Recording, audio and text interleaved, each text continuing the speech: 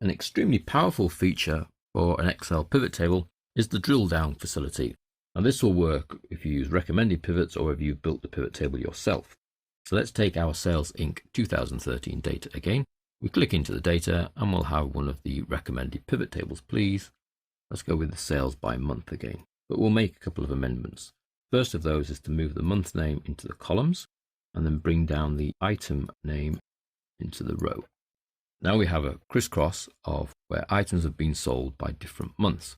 So the values are spread about the place because some months we didn't sell some of the items. Now, if at any point you find a number, this one here, for example, 2118, the question find China mug with horse theme print in March, and you're not quite sure that you trust the number 2118, where's that been derived from?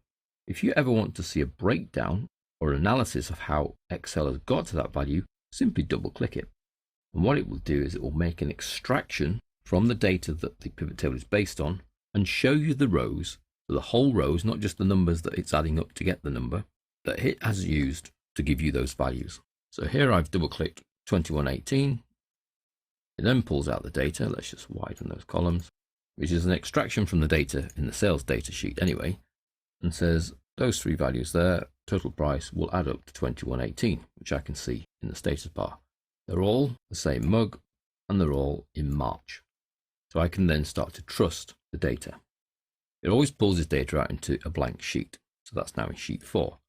And I can do that with any numbers. I could do it with any of the month numbers or even any of the total numbers. What about this one here? 17549. Done horse mug coaster set. That's the grand total. I'm not really sure how it's got that. Double click. Extracts the data. It auto fit the columns as well. That would make life a lot easier. And if we highlight the total prices, we can see that they add up to 17549. They are all the same mug. They're for different months because we went for the grand total column and double click the value. So that will work on any value inside a pivot table, regardless of whether you built it with the recommended option or whether you built it yourself. All of these numbers have numbers behind them, which all came from here. It's only using your data.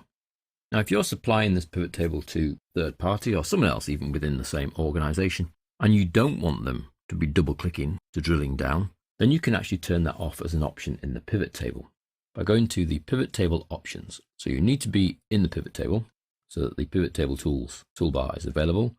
Over in the options here on the left hand side, and then options, data, and here where it says enable show details, we take that tick out so that the drill down doesn't work effectively.